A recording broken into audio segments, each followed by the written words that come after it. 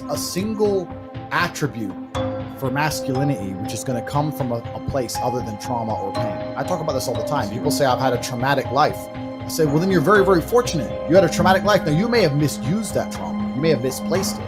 You may have accepted the matrix telling you that you now have an excuse to fail, as opposed to using it to grow. But every single man of value went through trauma, and they went through pain.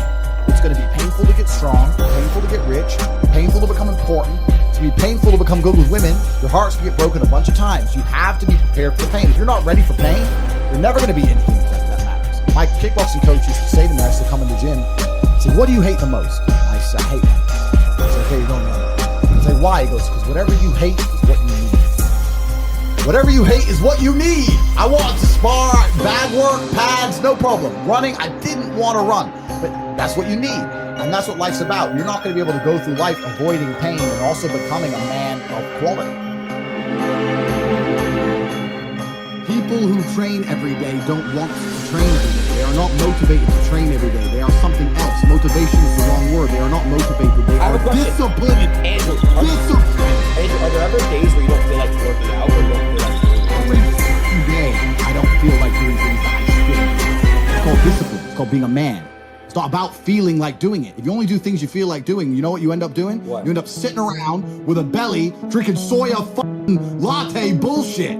That's what you end up doing if you only do what you feel like doing. You have to wake up and say, I don't feel like training, but I must train. I will only drink water.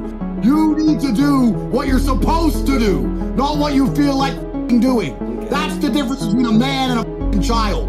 You do not become a man doing what you feel like doing. You become a man doing what you're supposed to fucking do. The men on the Titanic didn't feel like dying that day. It's your duty. It is your duty to not be a fat piece of shit. But you f***ed it up. Smart work or intelligent work is something that most people use to hide and disguise their laziness. And I'll tell you why. Because if you're not a lazy individual, the first thing you do is you dedicate your entire life to work. Like I just said, every gym session I go to is work. Every car I drive is work. I'll film it, I'll use it, whatever it is. Every single thing I do inside of my existence is work. Once I've used all of my human time, every single waking second of every single day, and I now have a pile of work I can no longer complete, then I look to streamline. Then I go, okay, I've been awake for 17 hours and my work isn't finished. I need to find a more efficient way to get my work done. That's when you start being smart and efficient.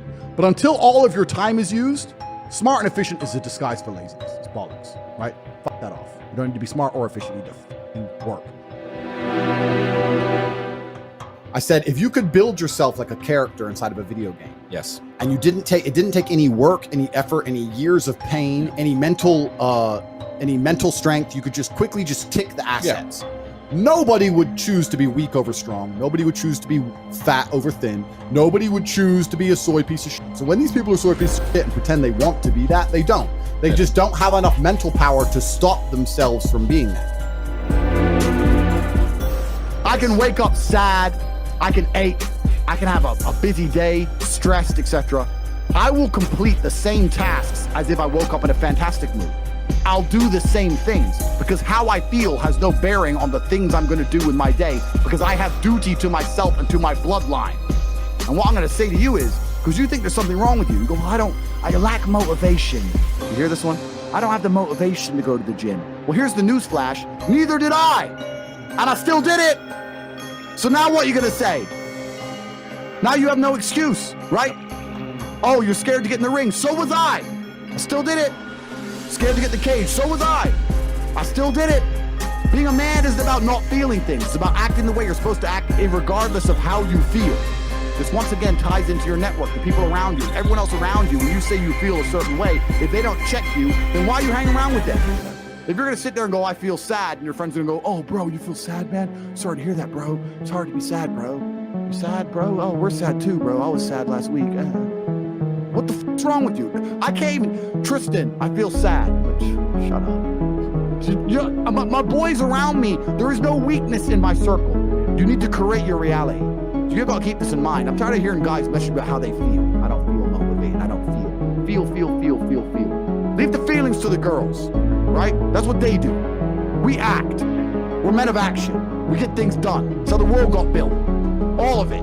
All the men who built the skyscrapers felt scared. They did it anyway. You need to become a man of action. Stop worrying about how you feel and start worrying about what you're supposed to be doing. How should a guy get a girl? There's a really long answer to give there, but truthfully, it doesn't matter if it's getting a girl or it's making money or it's getting status. It doesn't matter what it is. As a man, we live in hyper-competitive environments. I don't think enough men understand how competitive the world is.